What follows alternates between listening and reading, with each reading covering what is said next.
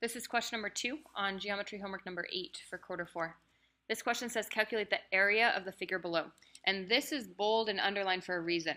Anytime you see numbers on the outside of a shape, you might be thinking, oh, I need to calculate the perimeter. But in this case, it's not perimeter, we need the area. So we need actually all the inside. So probably the easiest way to do this would be to split it into 2 separate rectangles. It doesn't matter if you split it here or if you split it here. That's completely up to you. I think I'm going to split it here.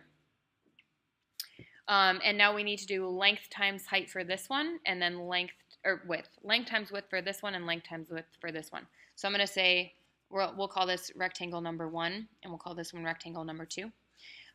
So for rectangle number 1, I'm going to put my area formula, A equals L times W, length times width, and then rectangle number 2, same thing, A equals L times W. And then we'll just add those two together to get the full area of that shape. So rectangle number 1, my width, so that's the short side, we have 2 things labeled. We have 2 over here, and then we have 5 over here. You're not going to use 5 because 5 extends beyond, this is where that rectangle ends. So 5 would be this whole thing. That's not the width. The width would be 2 over here. So I'm going to say 2 for width. The length is going to be all the way across, so that's going to be 6.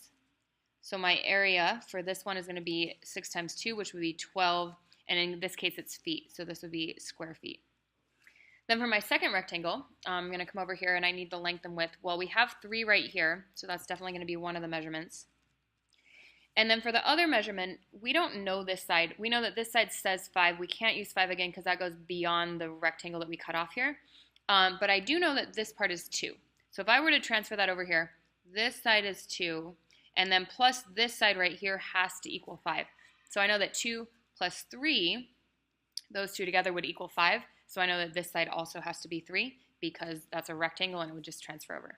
So my length would be 3, and then my width also would be 3. So 3 times 3, and that would be 9 feet squared. And then your answer, you're going to put in this box. It's going to be square feet as well. And think of what operation you need to do. We had 1 rectangle, and then we have this second rectangle. We're putting them together, figure out what your answer would be, and it goes in that box right there.